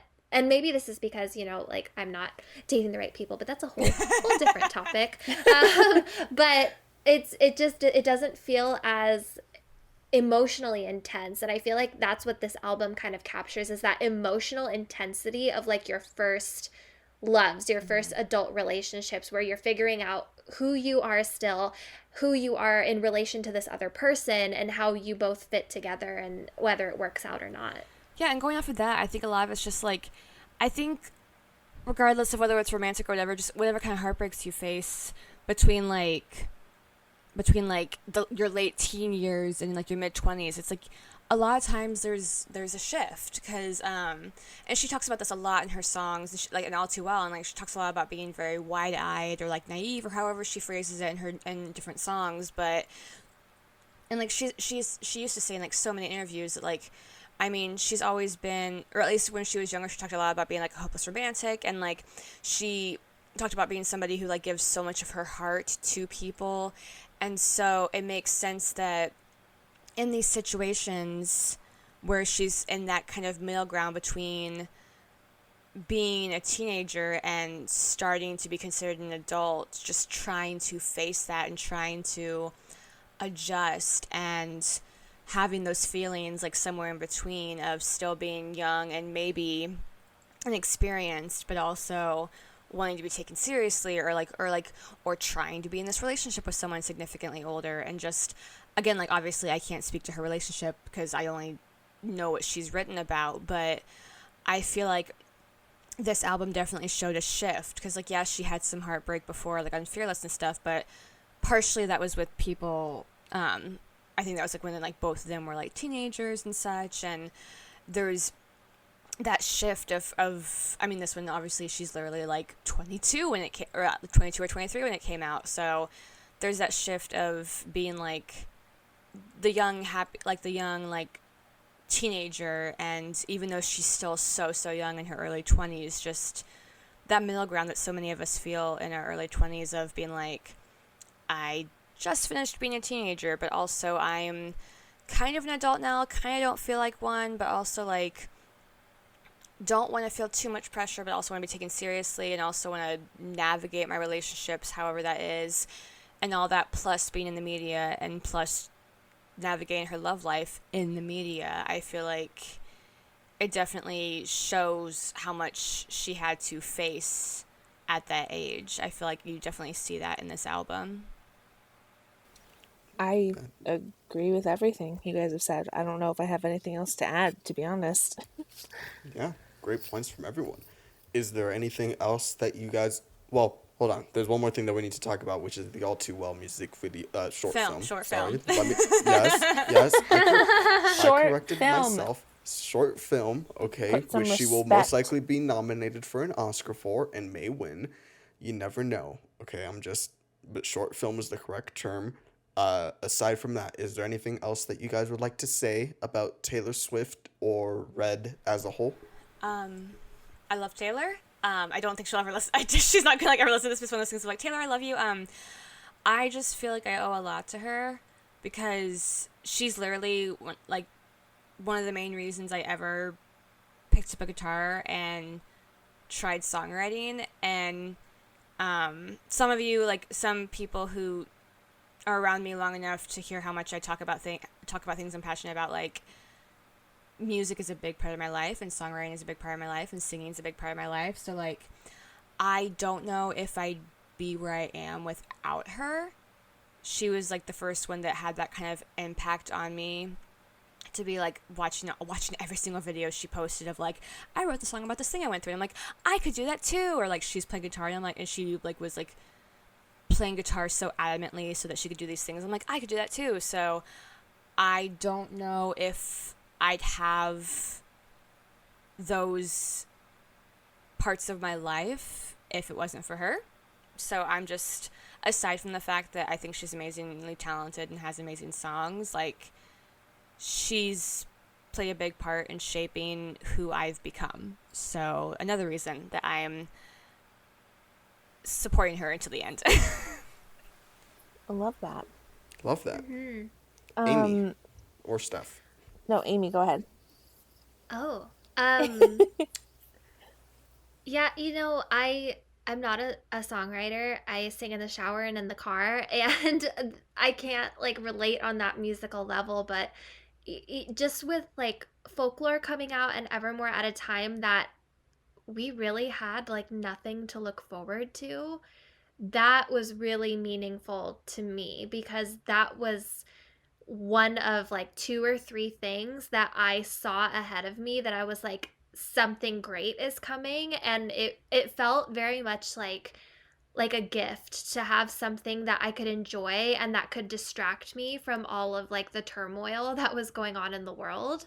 And I am really thankful for that. And also every time, like, music is very powerful, and her music has gotten me through some really, really like dark times in my own life. And I'm so thankful for her finding like where she was supposed to be in the world, and for her like sharing it with us. Like it's such a gift that she has, and I feel like it's a gift because I get to enjoy it here and I get to talk about it with you all, and it's really important to me. So thanks, Taylor. Yeah. I love you. I love you so much. Notice me, please.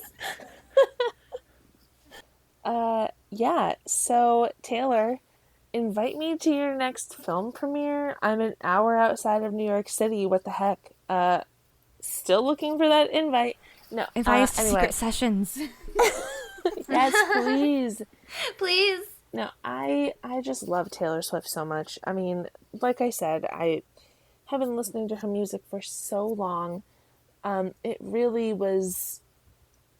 I grew up with her, essentially. I mean, just thinking about, like, Red and what that album meant to me at the time, the crazy thing that I know now that I didn't know then is her relationship with Jake Gyllenhaal, allegedly. The age difference between her and him is the exact same age difference that I had with the man that I was seeing the year that 2012, the year that Red came out. That was not a toxic relationship. He was wonderful, but I knew that it was going to end because he was only here in America because he was studying abroad. And I knew that his student visa was coming to an end and he would move back to Europe and that would be the end of it. But I started seeing him anyway. So it's just kind of crazy to think about the fact that I had a relationship with this same age gap. And then shortly following that, also in 2012, after he left, I had another relationship with somebody my age that was very, very toxic, very abusive. And I found myself relating so much to so many of the songs on Red. And this guy and I would sit in my car, that old 2000 Chrysler Sebring convertible, and we would listen to Red together, and then he would say, like, he would put on like The Last Time or something like that, and he would say, this song says everything I need to say to you right now. And that's how we would communicate, and it was so stupid, but it's what we did. The whole thing was just like but the whole relationship was so toxic. But Taylor's music ended up getting me through the wild year that was 2012 for me. It got me through many years following with every album release, and it's just truly like been such a magical thing to have this artist that I have loved since I was 2007. I was 14. So to have this artist that I've loved for half my life at this point, whose music has meant so much to me, that I've been able to lean on, that I've been able to look forward to. Like, whenever she would announce an album, it would be a big thing, and no matter what I was going through, I would have that to look forward to. And then, going back to what Aimee said about her releasing Folklore and then Evermore during quarantine, is that just was like so good, because it was such a hard time to go through for all of us. And those songs just kind of took you away into this world that she wrote and these stories that she wrote. And it just, again, impacted my life so deeply. And I am so eternally grateful for her and for her work. And I just can't say that enough. Taylor, you've had Taylor, you've had some good songs. You've done some great things for the community and music as a whole. You're setting a new example for artists owning their own masters, which I think is really good. And you've done great things with contracts for new artists that people will end up signing. I feel really bad because I don't have all this emotional, attachment to Taylor. We should have had you go first. Yeah. Taylor, I'm glad that you're making music for an audience that you know and love. I'm glad that you continue to strive to do your best, that you're a hard worker that cares about your craft, and I'm glad that my friends have been able to find some forms of solitude in your music and you as a person. We love you, Taylor. They love We you. That was love very you, nice, Taylor. Manny. Well, I told you guys I would be nice. I appreciate that. So 100%. So I guess the last thing then is the All Too Well short film. Yes, the All Too Well short film runs about 12 minutes with credits. I think it was a little longer. I thought it was might like have 15 been a little minutes. bit. I think 15? it's 15 minutes. I'm I'm going to investigate. I know that the video is about 15 minutes. I don't Okay. know exactly how long the actual film goes. Okay. Oh, gotcha. Gotcha. But, I mean, where to begin? but It's yes. so good. Yeah, it's about 14 minutes. This is a short film that has Sadie Sink from Stranger Things and Dylan O'Brien from Teen Wolf, among other things. But, we had our whole bit about Teen Wolf. Please invite me back if you have any other episodes on Teen Wolf. I would love to dedicate one of your podcast episodes to Dylan as like a love letter. I wouldn't mind. I've seen a lot of Teen Wolf. I wouldn't mind, like, being there in the background and occasionally throwing in, like, yeah, Holland Roden. Yeah, Lydia. Yeah, no. Aimee, you know that when that Teen Wolf movie releases next year, I will have you back on the show. But yes, we didn't mean to start talking about Teen Wolf when we were talking about Dylan O'Brien. Dylan O'Brien, Teen Wolf, Maze Runner. He is, I believe, 31, 30? I will investigate. Who cares? Anyways. I love this Aimee. He's about 9-10 years older than Sadie Sink. And that is supposed to mirror the relation. Yes, that is supposed to mirror the alleged relationship between Jake Gyllenhaal and Taylor Swift at the time. And so, when I heard like short film, I thought it would be mostly dialogue, but a lot of it is told visually and through the use of the song All Too Well, which this is representing. It's representing that storyline in All Too Well. So a lot of it is just pretty visuals and pretty people. So I enjoyed that aspect of it. There is the scene that you're talking about earlier with them at the kitchen when after the party and stuff. And there was when that hand thing happened, I was like, okay, I see why people are mad now. I was like the hand, and then him saying like, oh, I don't even know what you're talking about. I never did that. I don't even remember that. And so For that one, was even just if you don't really- remember, that's not how you react. Like, that was my immediate. Yeah. yeah. I feel like- think Toxic. I think from what Toxic. when we were talking about it in the group chat, 'cause we were like, oh my god, the video. I think part of my initial reaction was from my own experience of like gaslighting and stuff, of suddenly being like, oh well, maybe I shouldn't like be mad, and then like, no, wait a second, like, even if he doesn't remember, that's not how you should react. Like, if you didn't remember, you could still just like, he kept like attacking her, being like, you're holding me hostage for this thing. It's like, you could just say, I didn't realize I did that. I'm sorry. Like, that's not how you react to that. Crazy. He called her crazy. He said, called her he said, I don't think I'm making you selfish. feel this way. You're making you feel this way. And he was like holding me Yeah. hostage for something I don't remember, or like, don't look at me like that way. It's not like, basically every action everything she said or did, he was like magnifying it and saying, like, making it like all about how she was reacting and like how she was affecting him. Reverse. But Like he would throw everything back on Narcissist. her. but Yeah. and like for those, I mean, I feel like all of us here might know because we've like, at least me, Amy, and Steph might know, and maybe have like told Manny because we were like, oh my god, did you know this? But like, I know that in that scene they also like, I don't know if it wasn't supposed to be as long, but like, I know Sadie and Dylan did some ad-libbing and they just couldn't take the camera off of them because it was so good. So I'm just, and I'm somebody who just like, I love when the ad-libbing works, and I love in that scene how so much of it is just like one take, and like Manny was saying, a lot of it's not dialogue, but I feel like that also, in this case, not that Manny was saying anything bad about that, it's just like in this case, it doesn't, I like the fact that the few times there are dialogue, it's like such important dialogue, and everything else, you either see them talking but don't hear it, or it's just that the song speaks for itself, and then like the one moment that isn't talked about in the song is so important to the story. I feel like everything's done really well. I feel like as somebody who has gotten a real appreciation for like cinematography and filmmaking, and like what this shot means, or like if it follows this, or if it hangs on this person's face and what that means, as somebody who's looked into that more and more and like the meaning behind that, I feel like this was done really well.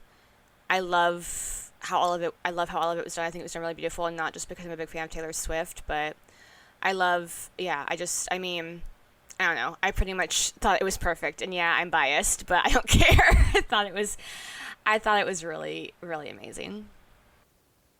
I mean, when you've been a victim of gaslighting, which we've talked about this in our group chat, is that it's so hard to call it what it is because the word is so overused today, and people call things gaslighting that are not gaslighting. So then when you actually experience it, people don't take you seriously because it's just such a buzzword. But when you actually have experienced it, watching that, the film, and in particular that scene in the kitchen, is so painful.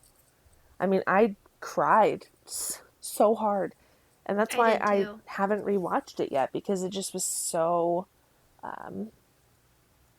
I think I rewatched it like once, and it just was And I so think something else hard. that's tough with gaslighting that we discussed before is that like any kind of toxicity like that, whether like narcissist or gaslighting or what have you, some combination of it is like, when that's happened to you, it can be so hard to trust your instincts and trust your memories, and you could see that in those moments, and like, and whether or not it's a relationship where you just don't want, like, where you're just assuming that it's you overreacting, or like you don't want to mess things up, or they get mad and you just kind of be like, oh, they must be right because in that moment what they're saying makes sense. Like, any combination of that, it can be so tough to trust yourself and to trust, like, and I think, like I said, like when I first watched it, there were moments when like I almost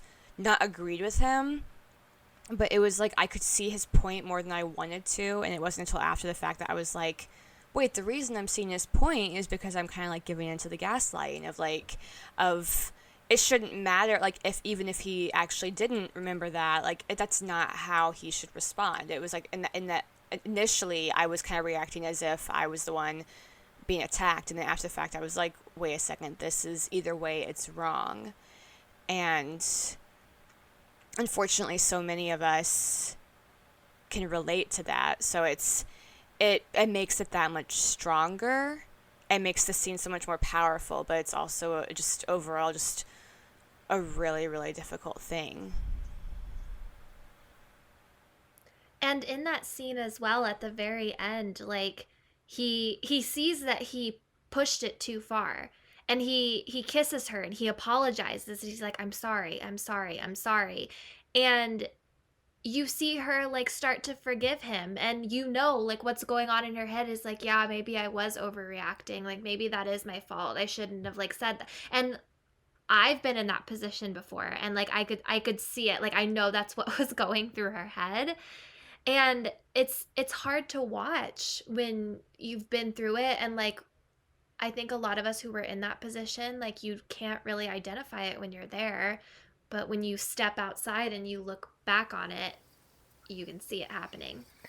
I was just going to say, you know, unfortunately in my situation, when I was going through it, when he was apologizing to her afterwards, that's not something I ever experienced, because what happened to me was, you know, that exact same kind of fight would play out, but then it would keep going until I was forced to apologize for getting upset in the first place. So it's just, it's kind of, I don't even have words for it. It was just wild to watch it play out that way in the film. I think for me it was also something that hits me every time I watch it, and it's just her reaction when they're hugging, and you can kind of see like whether it's like her second guessing herself or just her processing what's happening. There's this look she has once they're hugging, it kind of like made up, and she's like leaning into his shoulder, but she's kind of looking around. Just that was what really hit me, because regardless of what she's supposed to be thinking, it looks like she's like trying to grasp what just happened and what that means for them, or like if she reacted the way she, it's kind of like open to interpretation, but just it looks like she's uncertain about whatever she's feeling, and that really hit me. And even though he's apologizing, it doesn't feel like a healthy, it's not a healthy way to end it. Like even if his apology is sincere, like it's not like a healthy apology. And just like we were saying, that whole situation is so toxic, and in some of those situations you don't even, yeah, like we were saying before, you don't even recognize how much you relate to it until you see it from somebody else. And because I feel like so often we rationalize and we like normalize and just kind of be like, well, we're, whatever situation we're in, we're like, well, it is what it is, so we just kind of go with it. And then you see it you see it, someone else go through it, and you're like, wow, that's really messed up. And then you think, oh shit, this is like what I went through. And yeah, I don't know, that's that whole, and it's like also it's so hard to, it's a tough thing to label as like abusive or what have you. It can be so tricky when it's not physical. And so I don't know, I don't want to label whatever the relation, I don't want to try to label whatever the relationship was, because I can't speak to it. I only know the song.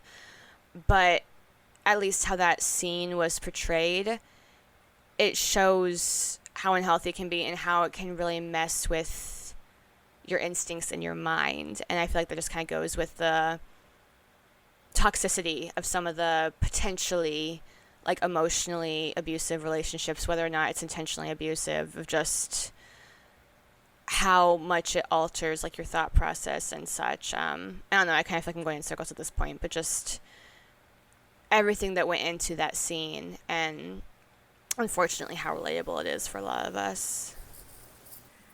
I think that outside of that scene, which has like the bulk of the dialogue in the short film, I think just having a um visual representation of the song just makes it so much more powerful, because it's one thing if we get to talk to each other, right? It's like a phone call, but we can't see each other's body language, we can't see each other's facial expressions, so we're not really getting like the full experience of like being in the same room as another person and like seeing them and talking to them. And that's kind of like what this is. It's like with the movie, the short film, you got to see like, and I mean this was like an actor's portrayal, but they are fantastic actors, and you get to see like the hurt on their faces and all of the like emotions that are going through, like when they're dancing in the kitchen and then the next minute they're fighting, and then there's just so much happening that it's like you said before, it's tumultuous, it goes with the song and the ups and the downs, and it's just such a great um I can't think of the word right now that I'm looking for, accompaniment to the song itself.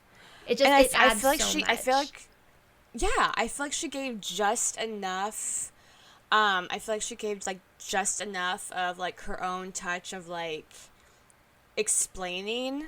Well, like I appreciated that certain moments were like going upstate, or like the first crack in, like she, like when it says like the first crack in the glass, or um the little like mini titles of certain moments. And I liked how it was like just enough of like preparing you of seeing that title and being like, oh, this is when things are gonna get bad, or like, are you real, question mark, of like giving you a slight idea of what the scene's about to portray while also letting the scene speak for itself. I really loved the balance, I guess, of getting that slight bit from her of kind of explaining it to you, but then also being like, okay, this is the little tidbit I'm giving you. Here's the scene to show the rest, and you can just feel about it how you will. I don't really have a whole lot to say on the short film, rather than I thought it was good, and I thought that it, portrayed an interesting story, one of heartbreak and, like we were talking about, of gaslighting and emotional abuse. And I just hope that it speaks to a group of people, which it certainly has, and I hope that people can find solace in knowing that they Yeah. aren't alone going through these kinds of situations, and knowing that um, I don't want to say that like you're not a bad person for not saying no, because you guys are talking about how it's a difficult situation to sort of acknowledge in the moment, but pretty much just acknowledging that, hey, you're not alone, and this is something that many other people have gone Yeah. through. But I think on that note, I think that's it for this episode. Kat, let the people know where they can find you. My good buddy Bobby and I are making music. On YouTube, we're just Bobkat Music, Bobkat with a cat with a K. And he also has us on TikTok. I think it's like, oh, shoot. Maybe come back to me. I have to go find the links. Yeah, come Cool. back to No me. Amy, is there anything that you would like to promote, whether it be for yourself or for other people? I didn't know I could promote other people. I definitely don't want to promote myself. I have nothing worth promoting. Hold on. Come back to me too. All right, Steph, is there anything that you'd like to promote? It could be you, it could be another channel, it could be another content creator that does, I don't know, like Switch content or something. I do have a friend who sometimes makes video game related YouTube videos. A little less so right now because he's getting married soon, so life is busy. But you can check him out on YouTube at Here Be Gabe. You also should go check out Switch Force on YouTube. I'm a moderator for his channel, and he's a pretty cool dude. So, yeah, that's that. You can follow me over on Twitter, Star Wars Nerd 9, I think is still the name over there. You can go follow my letterboxd, which is just my name, all one word. I think it's just Emmanuel Fuentes. So you can go do that. you can go listen to Red Taylor's version on Spotify, Apple Music. Apple Music gives you Dolby Atmos as well and lossless music, so you should go listen to all those stuff if you're interested in what we were doing today. I don't have any self-promotion yet, but once, we get into the swing of Teen Wolf podcast, I will have more to promote. So stay tuned. Boom, Teen Wolf podcast. That's what she's promoting. She's promoting Teen Wolf, Manny's version. I started an Instagram under Phoenix Andrews, but I haven't posted a lot yet. So if you want to go over there and see 2 whole videos of me doing original music, by all means, go watch Amateur Hour Films, The Winger Show. Yeah, go check them out. They're good. They're the reason we know each other. So Well, they're the reason I know Kat, and then Here Be Gabe is how I know Aimee and Steph. But in the end, we're all just a circle of connections. okay. Exactly. We're a circle Yeah, of connections. We'll see you guys And on the next... 3/4 of us love Taylor. Yes. See you guys next time. Bye.